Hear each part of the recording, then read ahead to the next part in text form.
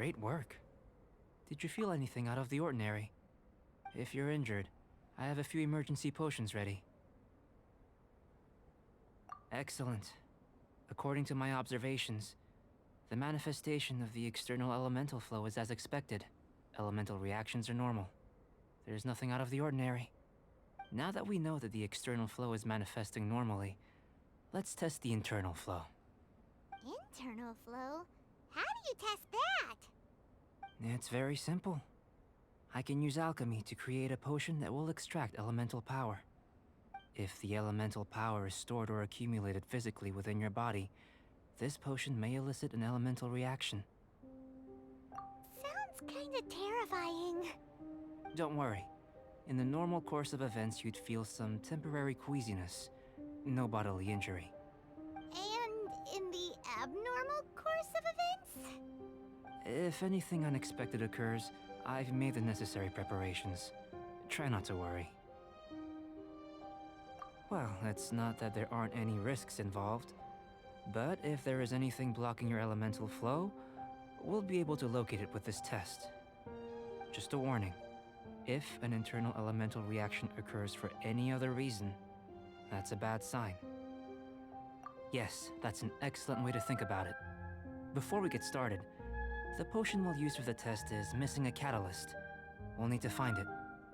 It's a type of ore known as star silver, but unfortunately not all of it is suitable. I'll take you to my campsite. We can gather some star silver ore on the way. I'll point out any likely contenders. All going to plan, we should be able to begin concocting the potion when we get to the campsite. Paimon's still got a few safety concerns, but it seems like there's a silver lining. Let's keep our eyes open. This is my campsite. I've added the materials we collected to the concoction. While we are waiting, have a look over here.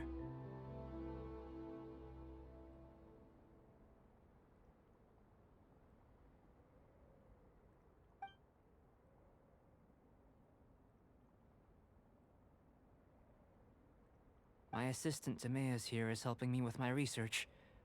I'm guessing you may have met in Mondstadt already. Hello! I've just gotten hold of the data from your experiment. The report is already up on the board there. Whoa! Look at all the data! You got all these results from one slime battle? I wouldn't call them results, inferences, and a few daring guesses perhaps. I think the most rational direction would be to expound on the phylogenetic relationship between this traveler and the slimes. Consider. You don't have a vision, but you can manipulate elemental energy. The slimes don't have visions either, yet they too are able to manipulate the elements. Following this line of thought, I'm sure we'll be able to establish a basis in fact. Not bad for a point of entry. But strictly speaking, slimes are elemental life forms. In other words, beings consisting entirely of the elements. A cryoregis vine, or even a whopperflower might be a better analogy. But tracing back the phylogenetic relationships between plants and animals, you might have to trace back to the world's origins. In that sense, things might get difficult, don't you think? Yes, sir. That sounds correct. After all, we've got our primary data already. This traveler is a visitor from another world. If it turned out that he did have a phylogenetic relationship with this world... Now that really would be something, wouldn't it? Ah, it would. Apologies. I was so excited to get the data. I'll slow down a bit next time. Speaking of data, to complete our research, we'll need some more. I'll be conducting analysis here for the time being. If you're keen for an update, just come and find me. Great, I'll leave you to it.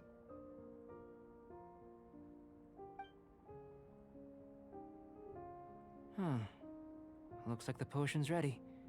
I'll try a little first. If all goes well, I'll hand it over to you. In line with my expectations. Ready to drink. Remember to keep calm at all times, and breathe deeply if you feel unwell. Tastes your face. You said you tried some already. You sure it was ready? What happened to him? Oh, this was the result I was expecting. And a very positive one at that. This potion channels elemental power into the body.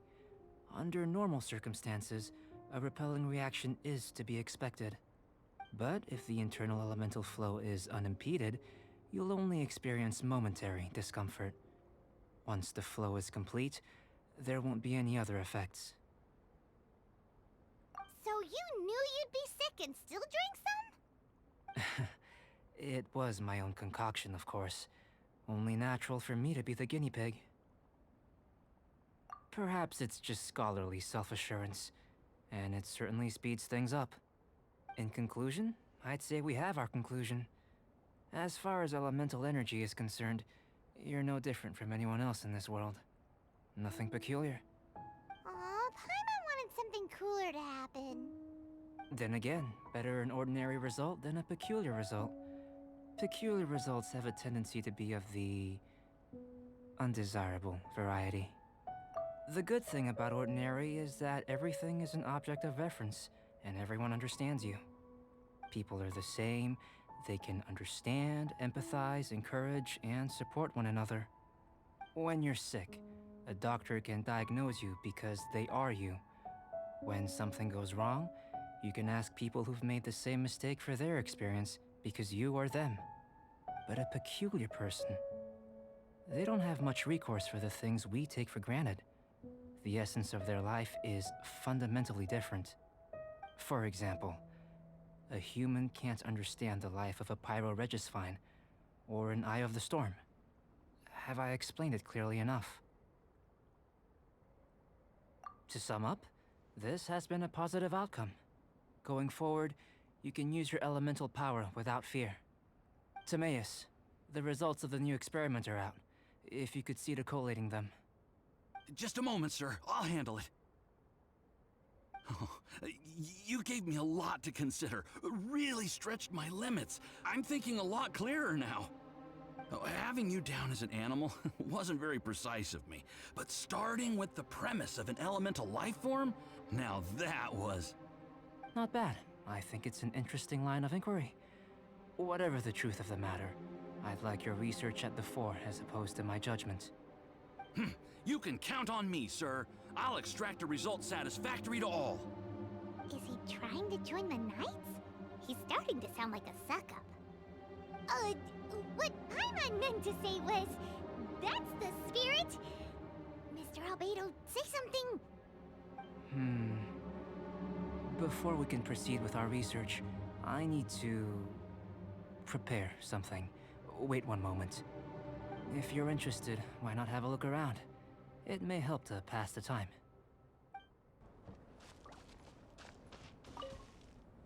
I'm back. Did you see anything interesting?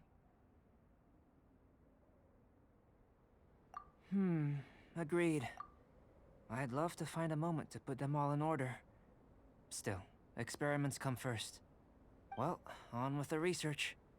There may be significant differences between different worlds. Take Tevat, for example. Here, those with visions can manipulate the elements. But worlds may well exist where only one person is able to do so. Or even everyone. So, leaving elements to one side, do you possess any unique abilities? Ones that don't exist in this world? I think answering this question calls for the same methodology as last time. In other words, time for the next experiment. No. You shan't be required to exert quite so much effort this time around. Now, see this pillar here? Use your willpower to try and break it.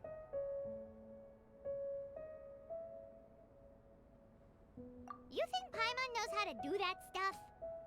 That was your best effort? Well, can't be helped, I suppose. Have you tried using your elemental power with food? I don't mean for cooking as such. Rather, channeling your power into the ingredients themselves. I'm curious to see how the taste and texture respond. It may even help with proliferation. I suppose I have a curiosity for things that others find surprising. Anyway, why don't you cook us up a sunshine sprat? I've just finished preparing the recipe. Cooking? Paimon was looking forward to more mad scientist stuff. Not only is this recipe a staple for me, it's also worth experimenting with and highly nutritious. Paimon bets you're just hungry. It does sound yummy, though. Okay, Paimon approves.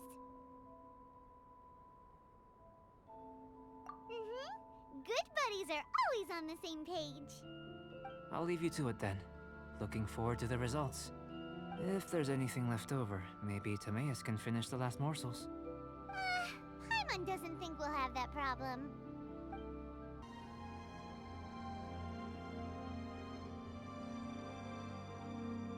You want us to jump? From up here? Not necessarily. Not if you know of a better method, that is. Whichever method you choose, the experiment will end when you reach the opposite shore of the lake. I will factor the time expended and your top speed into my comparative analysis. The opposite side of the lake. So, we're gonna be swimming? Without limitations, we complete tasks intuitively, using the method that seems most rational to us. Some of us would be unable to stand the icy waters. Others might find the whole thing rather refreshing. No matter what choice you make, it's all a part of the experiment. For me, every detail is invaluable to the research. Then if you would, please, I eagerly await the results. Wait a minute. While we're busy testing, what exactly are you gonna be doing? Great work. I've never seen a performance quite like it. Your reputation precedes you, traveler.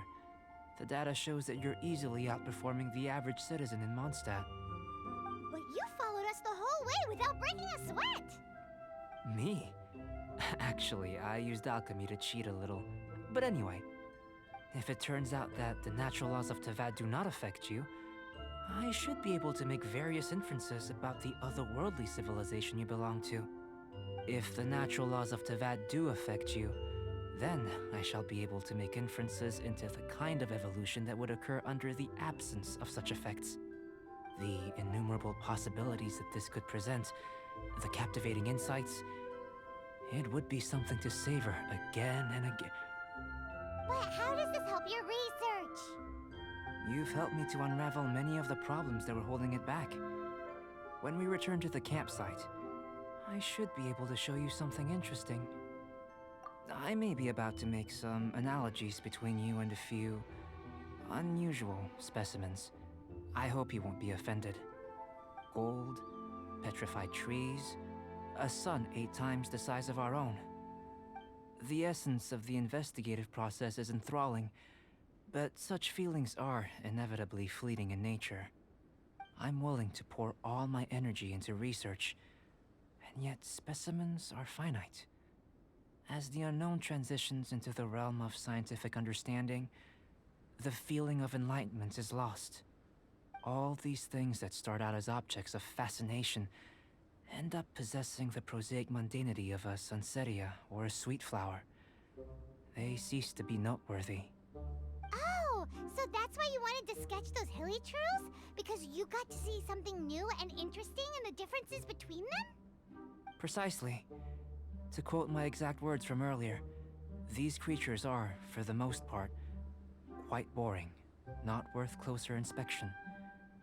There is precious little about them that serves to pique my curiosity now. So after all these experiments, are we gonna be, like, boring to you? Like sketches? Of course not. You have been of great assistance to me, and I will remember this friendship for a lifetime. Now, before we head back to the campsite, there's one more experiment. Intelligence. Follow me. There are some other ruins nearby. I imagine you must have encountered more than a few conundrums during your travels. I'd like to observe your intelligence by means of a practical test of your capabilities, much as we did for the physical test. I'd like you to explore these ruins and return with your findings. There are 2 puzzles located at the far ends of the ruins. After completion, you should be able to activate the mechanism in the center. As with the physical test, there are no restrictions. Everything you do is an action I wish to observe. A tried and tested adventurer, I see. So, let's see you in action. Start wherever you like.